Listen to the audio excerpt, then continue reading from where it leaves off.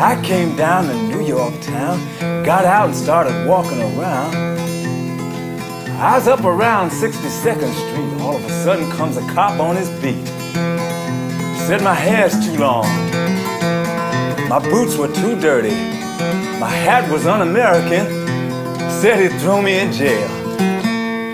The wind, it blew me north and south, it blew me in a coffee house. I met this fella with sunglasses on, he told me he sang folk songs. And I believed him, cause he had on sunglasses.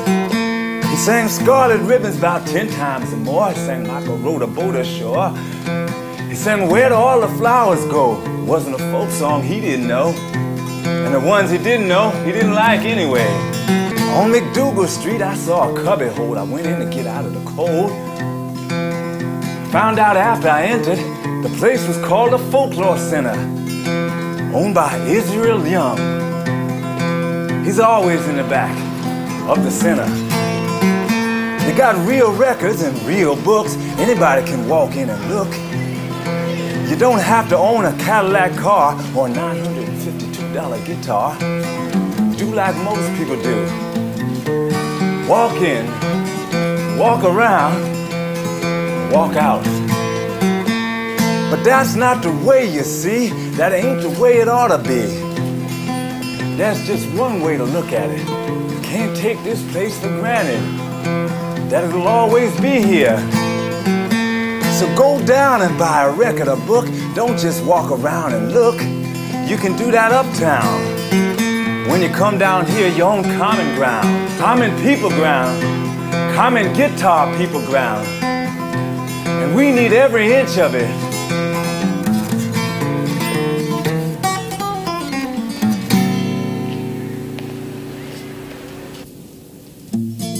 After dropping out of college and hanging around Greenwich Village for some 10 years, I opened the world's first folklore center on McDougal Street in 1957. It instantly became the meeting place and often concert hall for the growing folk music movement in the USA. The Folklore Center was a great hangout and extremely popular as it was uncommercial. You'd never know who you'd meet at the store. Anyone could, as Dylan wrote, walk in, walk around, and walk out without having to buy anything. I met everybody from the whole world and wrote about it in Sing Out magazine for 15 years before leaving for Sweden to open up a new folklore center in Stockholm in 1974. I had my own newsletter that was filled with information on those appearing on my concerts and radio programs. I couldn't have had a better time or earned less money than I did, but I felt a part of everything that was happening, and I enjoyed that to the last minute. I had concerts with everyone passing through New York. The New Lost City Ramblers, Dave Van Ronk, Bill Monroe, Tim Buckley, Big Joe Williams, Bob Dylan, Gene Ritchie, Phil Oakes, Elizabeth Cotten, and perhaps 1,000 others by the time I left for Sweden in 1973. I also had poetry readings every week, and when I opened a new store a block away, it was the Fugs they read at the opening. I even had a popular radio program every other Saturday that was 2 hours long for WBAI, the best progressive radio station of the time.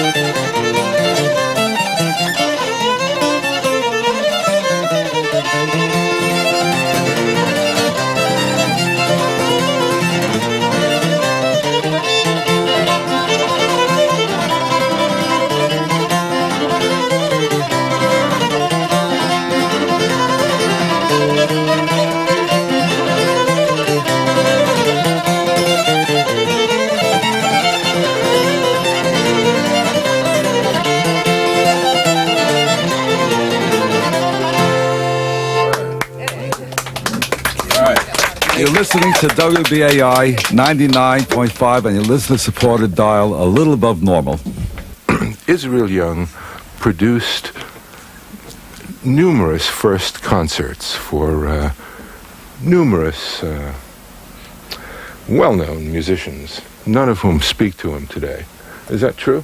No. Some of them have come up here with you this morning. Yes. Uh-huh. We're not going to get anything out of you until we actually begin and we turn the program into the Israel Young show. Right. Well, there you go, you see. We can't get away from Izzy Young. Would we want to, is the question. So, could you sing a couple unaccompanied pretty English ballads? Well, I'll sing one. It's a tight. When you assassinate Reagan, please do it in a manner that's neat.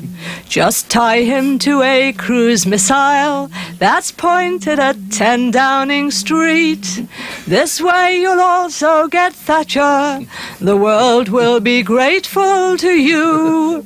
Please leave the White House just as you found it, for others are following you. Just because you're a pesticide, it doesn't mean that you can be untidy. Make the world a nice place to live, for others are following you. What's the name of that song? It's called A Plea for Order. Who wrote it? I did. You did. Mark, you were getting something together. We're sending this to you out in reading. Okay, 14. I'll do a little intro. You start.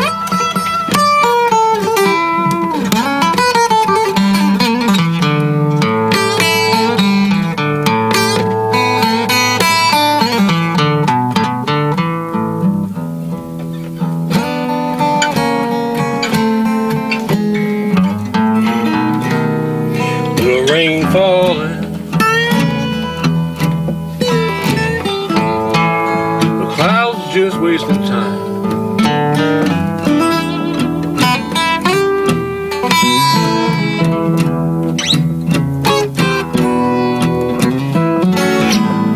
Little rain falling, little clouds just wasting time.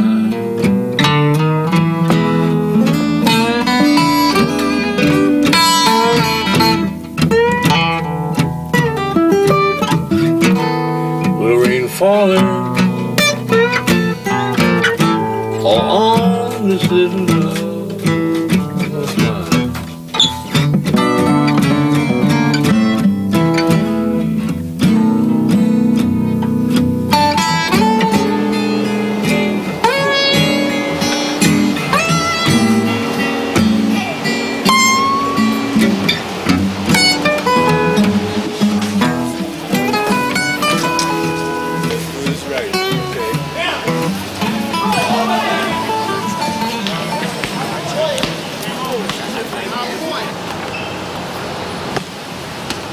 Greenwich Village is no longer bohemian, with a nice added touch of commercialism. The village looks like 42nd Street to me, with the same type of restaurants from Big Burger to McDonald's that you can see or visit uptown.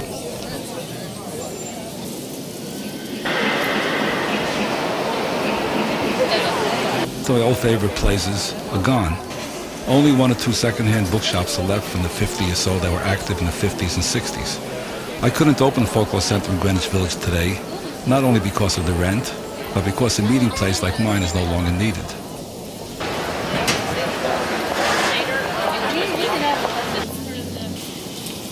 One of the lasting institutions in Greenwich Village is Sonny. He's been selling newspapers at the subway entrance for 30 years. He knows everybody and everyone knows him. And he is the first person I look for whenever I visit Greenwich Village today.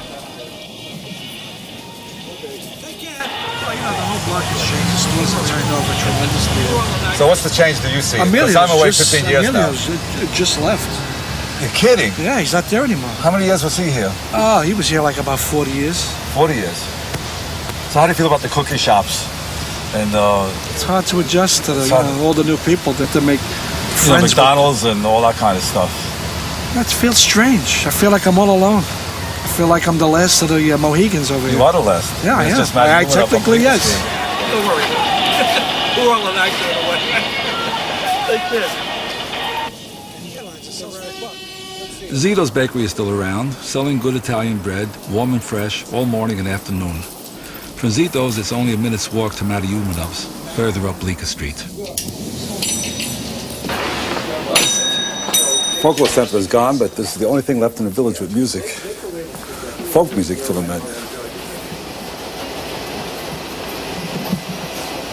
There actually is a definite upswing the last year or two in sales of acoustic instruments. There's no question about it. That's good. It is more back to basic stuff. I find more kids coming in here. Kids come in, if it's their first or second to have an electric guitar, usually. But I've had a larger percentage of them getting back to starting with an acoustic guitar, which is good. That's my theory. That's which why is good. I came back. And I also find that in terms of the electric guitar stuff, all the fancy hardware, the hot rod parts and all that stuff, that too is dropping some. And it's even when they want an electric guitar, they want the more basic stuff, which is good, actually. I find it's very good. I'm glad to hear that, actually. Yeah, there's no question about it. So would there be a chance for me to open up a folklore center in the village? Absolutely not. Arthur Lugoff started 30 years ago, and although as impresario he presents all kinds of music, mostly jazz, his village gate is still a performing place for folk musicians from all over the world. I'd say the old freewheeling coffee shop atmosphere is pretty much dead, although the Figaro is around, and some of the Italian coffee shops have made a comeback. The Cafe Dante on McDougall Street, there's a few places on Greenwich Avenue, but the freewheeling bohemian cafes and the artists and the so-called artists and performers, I think that period is gone. I mean, now it still has an atmosphere. Thank God the buildings are still low. There aren't too many high-rises in this part of town. The people living in the tenement houses have kept it that way, and the people on the bottom have paid the rents, and those rents are enormous. Some of the people here on Bleecker Street, there are 3 empty stores now. I know the liquor shop that had to go out of business, Waverly, the rent went up to $10,000. Many of the business have gone out because they cannot afford the high rents, and that's not made it a very good situation. It doesn't give really enterprising, artistic entrepreneurs a chance to get into the business.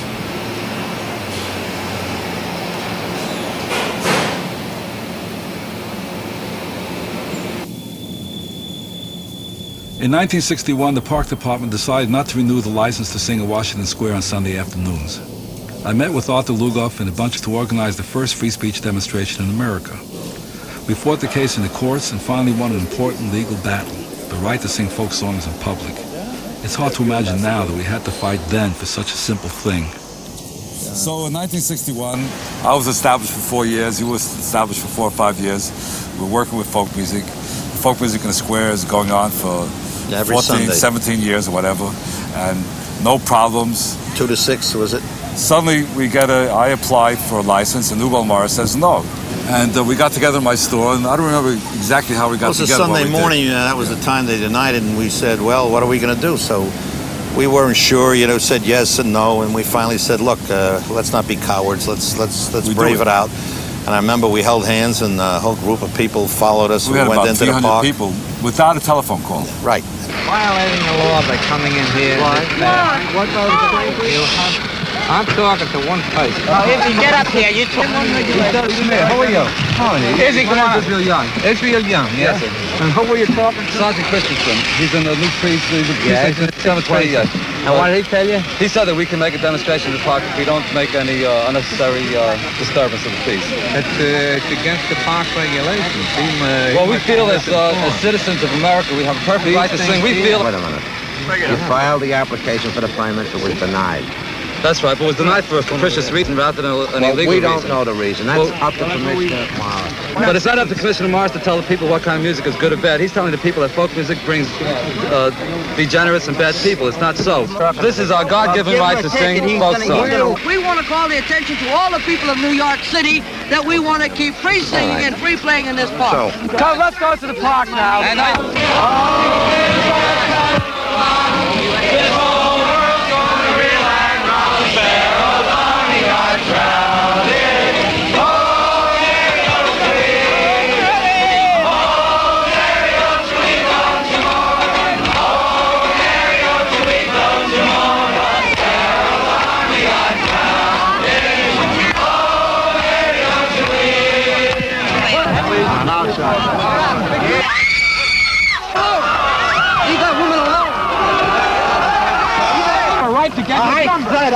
outside.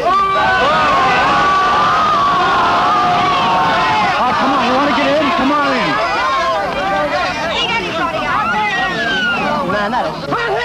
I think we aroused the community, and the newspapers paid attention. And although, as you said, we lost in the lower court, the upper courts upheld us, and we finally regained our right to... It was a one-line decision.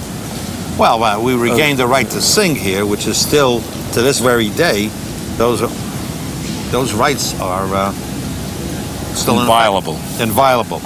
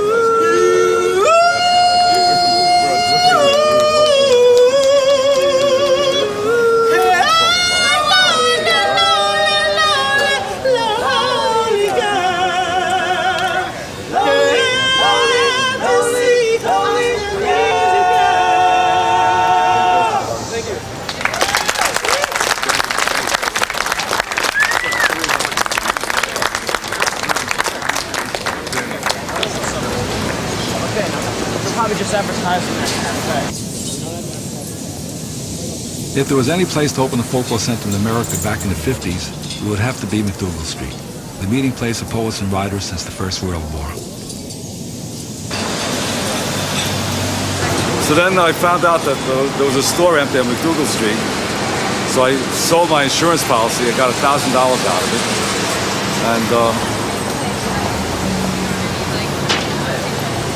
And this was the store. This is it.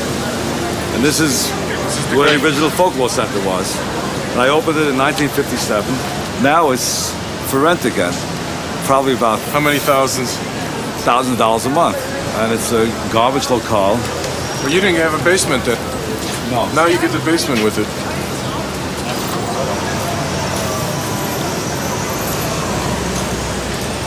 And that's the old folk city. It used to be called the Fifth Peg, which I started in 1961. And it was very famous for 25, 30 years, and now it's completely forgotten. And right next to it is McDonald's, which got the Architectural Award in Greenwich Village about 5 years ago for contribution to Greenwich Village culture. And right around the corner is the Provincetown Theater where Eugene O'Neill started. And there's my old store right over the Village Donut coffee shop. I was there for 15 years, and they closed down in '78. And on top there where the air conditioner is, that was my apartment. I was paying $75 a month, and everyone said I was insane to move to Sweden with having an apartment for $75. So that's what it's come down to. This or Stockholm.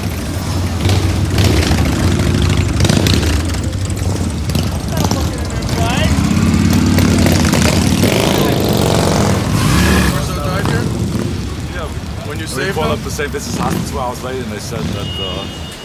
Oh, he's back poetry here. You gotta have a poet in the village poet. What would the village be without a poet? You're no village poet. Village poet here. Dylan Thomas was a poet in the village, and Bob Dylan a village poet. And if I don't make it, I'm changing my name to Dylan Dylan. Time's Back Door, Disco Babes, Daughter of Life. Where are you from? New Orleans.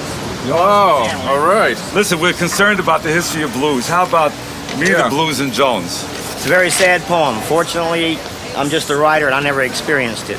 But I know people that have. It's about junkies. It goes like this. My head's a cell in which a tortured mind must dwell. Life ain't been good to me, then I ain't no good, you see. Everything I ever loved is gone. All that's left is me, the blues, and Jones. Life ain't no good, I can't find a job, so I'll become a hood and learn how to rob. No pay my way, landlady said I can't stay, but that's okay.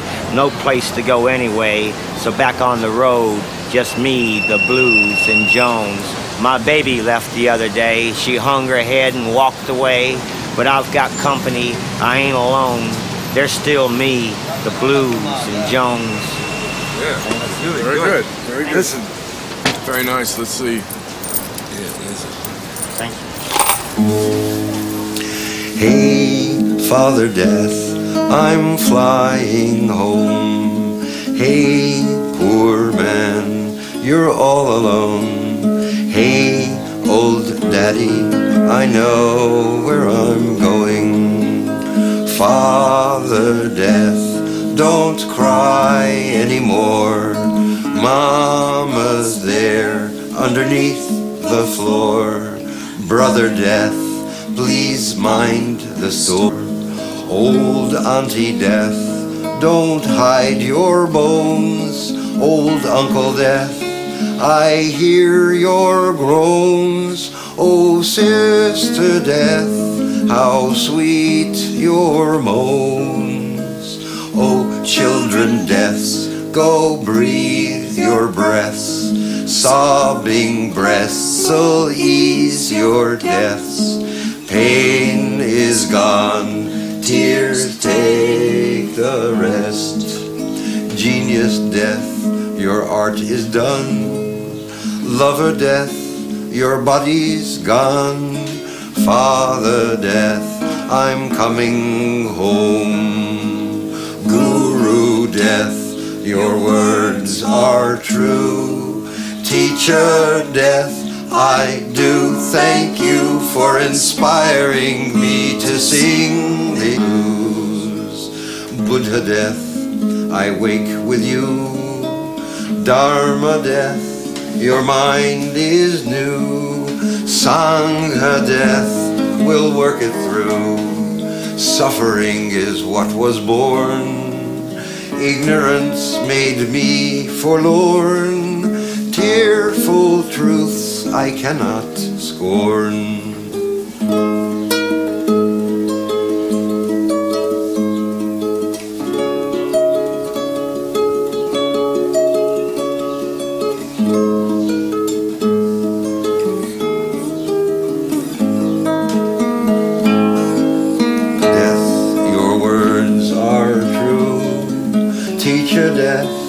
I do thank you for inspiring me to sing the blues. Father Breath, once more farewell.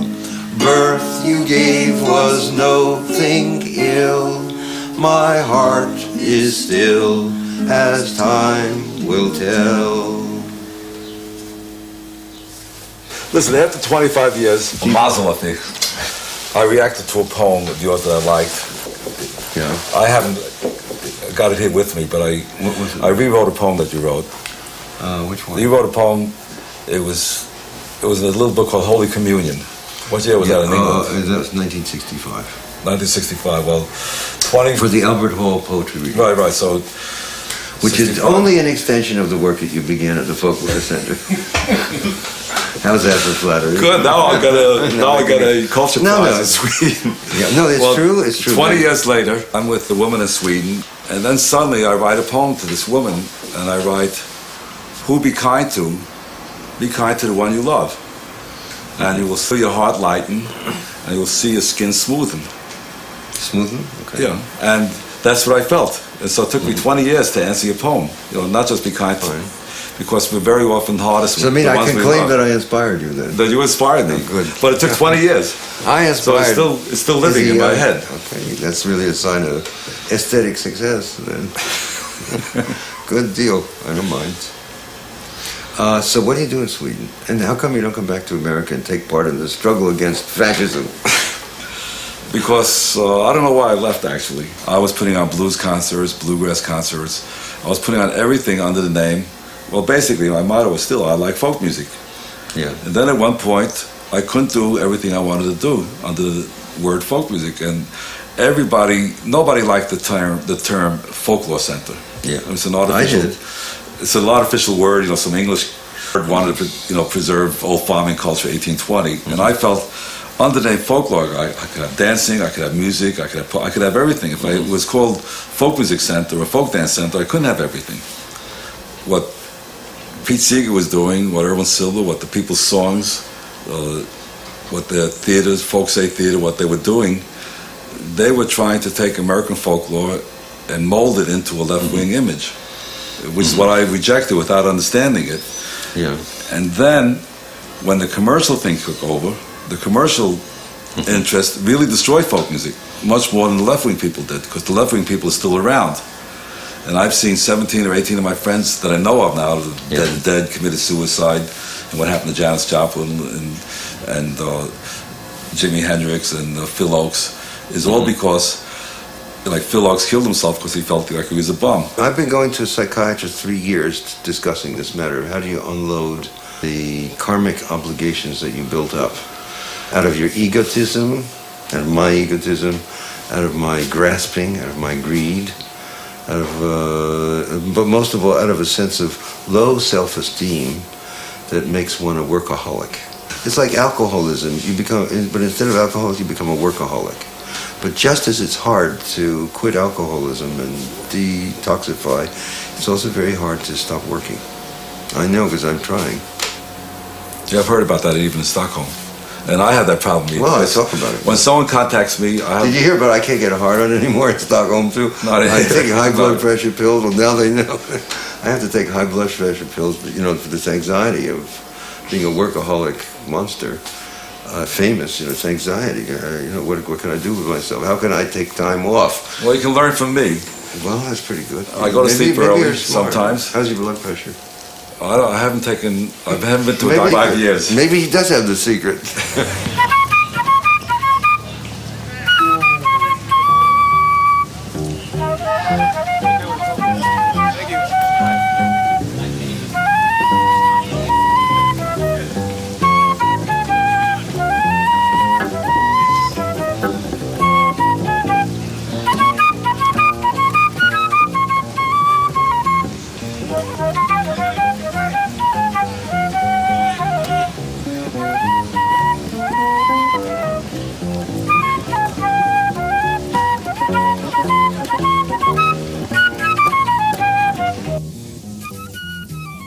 A young kid, Arthur Levy, used to come to all my concerts.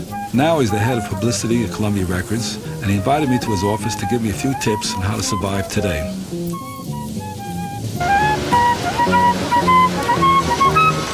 Izzy, I think if you were to come back to in any form today with the Folklore Center, I think it would be a tremendous success. You might have to do a couple of things that might not be great for you to do. You could have a Folklore Center logo on records and on concerts that you would promote.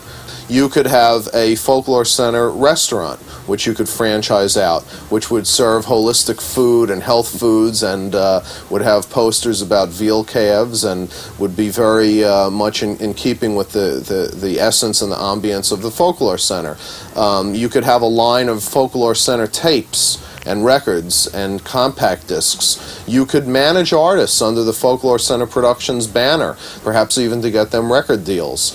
You could have all of these things going for you. You could have Folklore Center publishing, Folklore Center book publishing, music publishing, the Folklore Center magazine and pamphleteering society. There's any directions that you could go in, all under the auspices and the banner of the Folklore Center on 6th Avenue. Or maybe it wouldn't be on 6th Avenue. Maybe it would be uptown on the Upper East Side. Who pays the piper calls the tune. Whose bread I eat, his song I sing. Paola's not an unmixed spoon. Pig nose led by a golden ring. America, land of the fee. America, home of the knave. Jeweled casket of the Indian brave. Golden tomb of black liberty. Oh, who calls the tune must pay the piper. Singing while ye eat, well, you can choke. Sinuous but deadly bends the viper, and the American century ends a joke.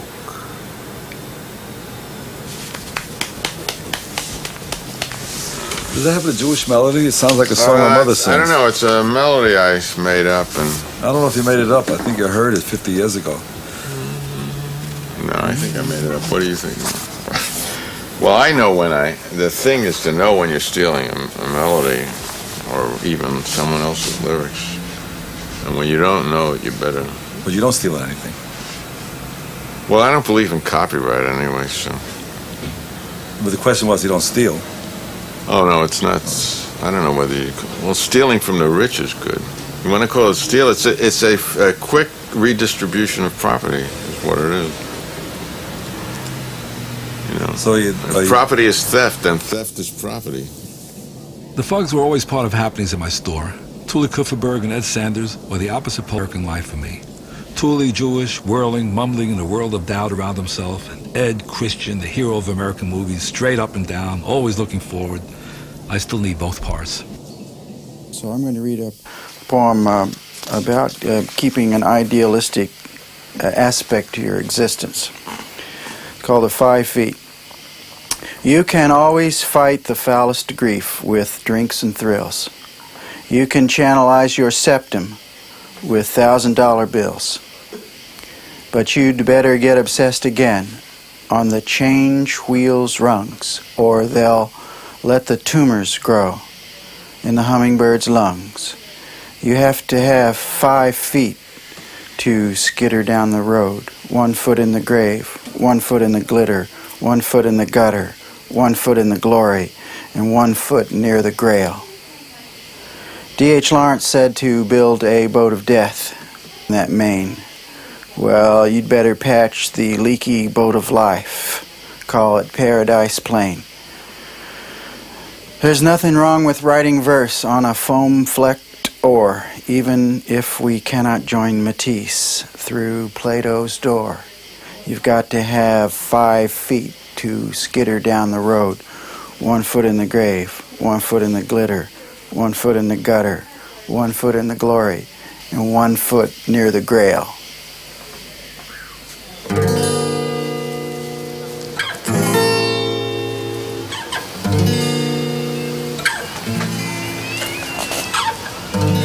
There is nothing I can do if you leave me here to cry.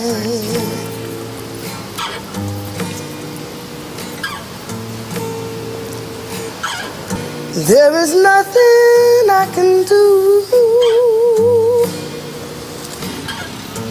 if you leave me here to cry.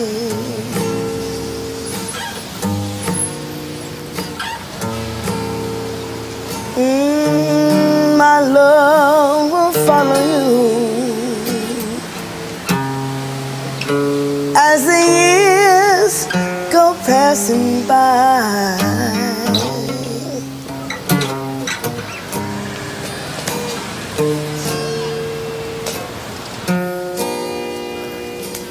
I'm gonna leave it up to you.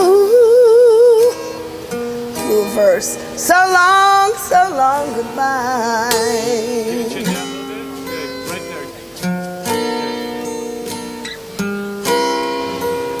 I'm gonna leave it up to you. So long, goodbye.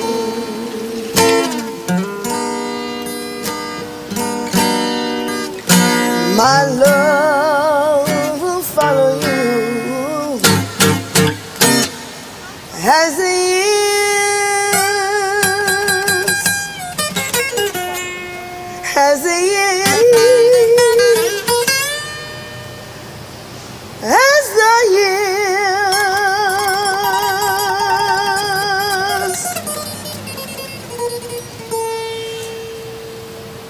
go passing by.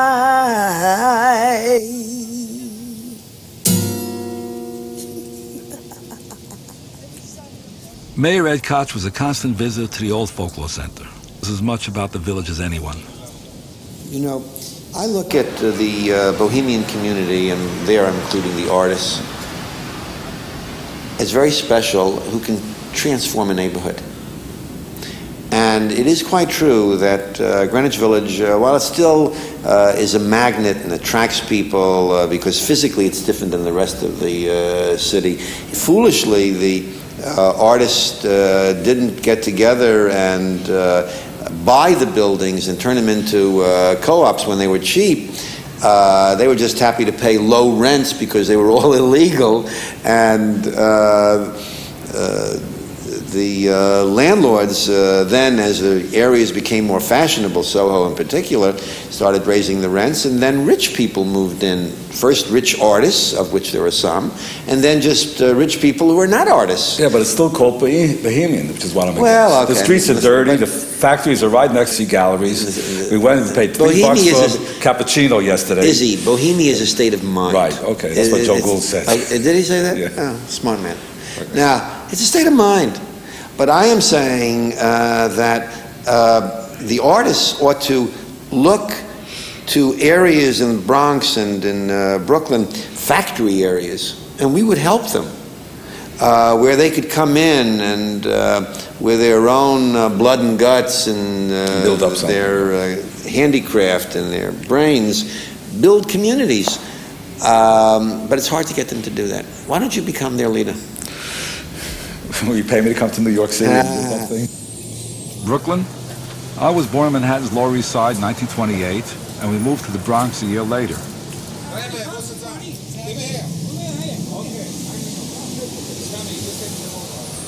In 1948, we bought a Shomer Shabbos bakery in Brooklyn. Mom didn't like my going to the folk music racket. She wanted to become a good doctor instead, or even a lawyer. My brother Oscar followed my father's footsteps, and he's still a baker, and I admire him for that.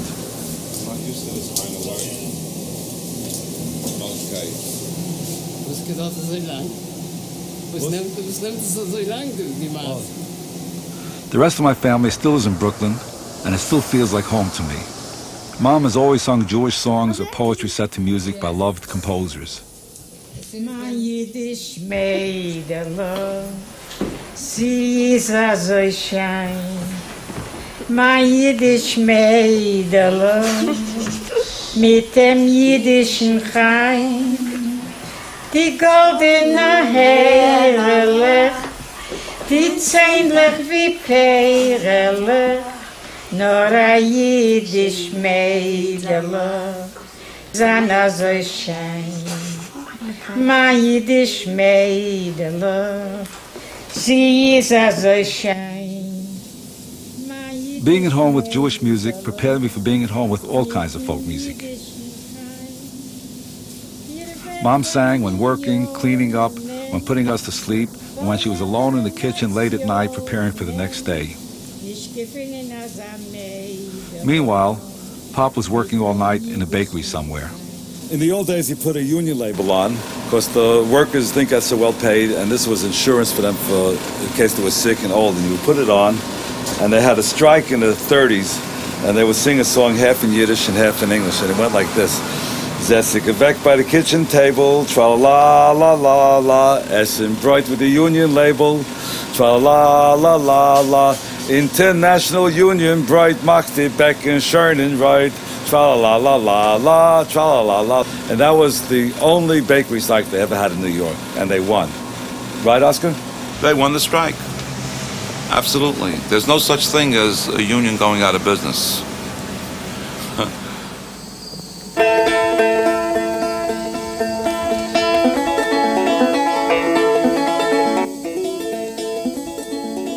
Pete Seeger was a villager in the 40s, and I used to go to all his hootenannies, even if it was too political for me at the time.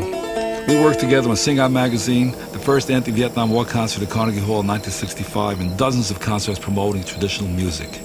We're both a bit older now, a bit more easygoing, but working hard as ever. Pete cleaning up the Hudson River, and me getting my newsletter together in Stockholm.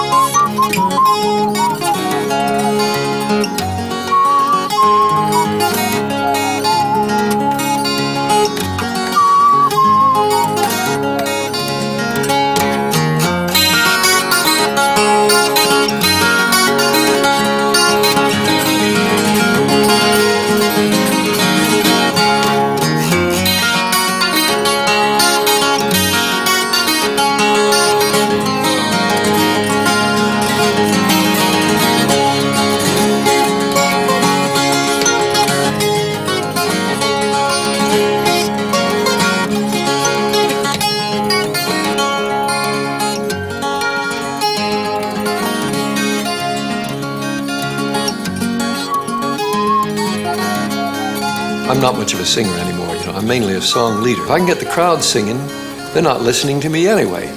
So I'm going to a Pete Seeger concert. They say, how did he sing? Well, come to think of it, I didn't hear him. I was so busy singing.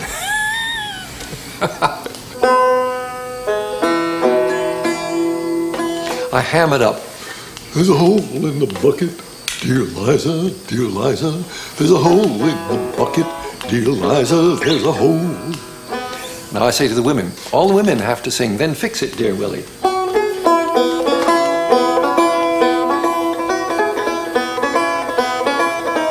And about 20 women out there will be singing it. Pretty soon there's 100 women, pretty soon there's 1,000. And I say, but how shall I fix it, dear Liza, but how shall I fix it, dear Liza, but how? With a knife, dear Willie. Go through the whole story. Well, there's an equally great song between men and women, which I think may have started off in Scotland, but it maybe starts off somewhere else.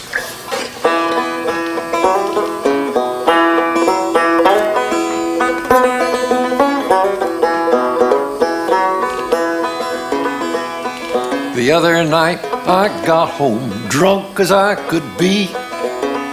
Spied a horse in the stable where my horse ought to be. I says to my wife, my pretty little wife, explain this thing to me. What's this horse doing in the stable where my horse ought to be? Now the women sing, you blind fool, you drunken fool, can't you plainly see? It's nothing but a milk cow my granny gave to me. I've traveled this wide world over 10,000 miles or more, but a saddle on a milk cow's back I never did see before. Well, there's versions of it. It goes on, I spied a hat on the hat rack where my hat ought to be. She says, it's nothing but a chamber pot. Well, I've traveled this wide world over 10,000 miles or more, but a J.B. Stetson piss pot I never did see before. Pants upon the chair. She says it's a dish rag. I made a modern version of this. He says zippers on a dish rag I never saw before. And usually the last verse, or one of the last verses, he sees a head on the pillow. Whose head is this on the pillow where my head ought to be? It's a cabbage head my granny gave to me. I've traveled this wide world over 10,000 miles or more, and a mustache on a cabbage head I never did see before. Well, guess what? I was in Soviet Union, 20 years ago, and two very talented translators made a Russian version of this. It's Sing Dream. I'm now teaching it to Americans who are going over to visit Russia. Разночью я пришел домой, был пьян, как стрелка я. Конечно, лошадь увидал, а лошадь не моя. Своей хорошенькой жене сказал супругам я, зачем чужая лошадь там, где быть должна моя? Goes through the whole thing. I'd like to know how do you make up a tune? There's not a music school in the world that I know of that teaches people how to write melodies. They all throw up their hands and say, oh no, it's inspiration. There must be some place that teaches you how to write melodies. Never heard of it. Oh, they teach you how to harmonize a melody, how to accompany a melody. But how do you teach them to write a melody? Who gave Tchaikovsky the idea for some of his melodies? Well, where do you get your melodies from? Swipe them. And the one.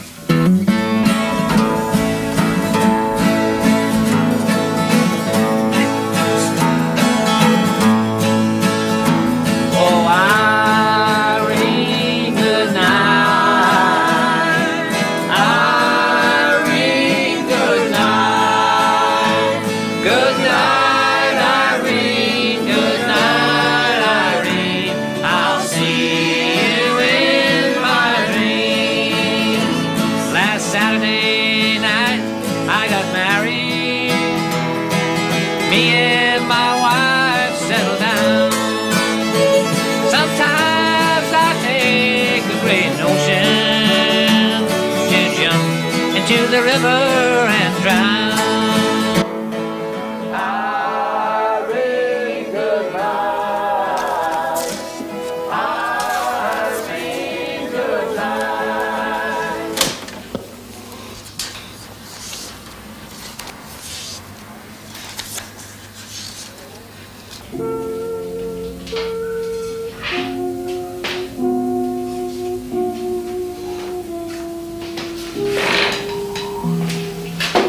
doing this for 30 years. Never changes.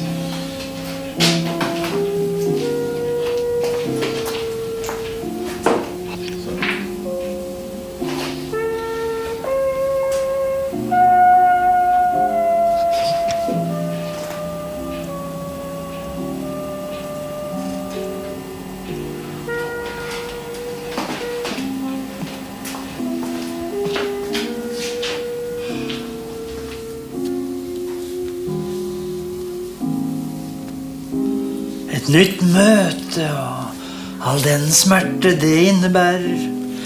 Likevel gleder vi oss, likevel trekker vi all salighetens spaker, håndtak og hendler, jackpot på jackpot mens myntene raser ut. De er flere og kommer fortere enn vi kan, samler dem opp, la gå med det, la gå med det. Og veksle disse skjetongene inn. Det er der det virkelige arbeidet ligger.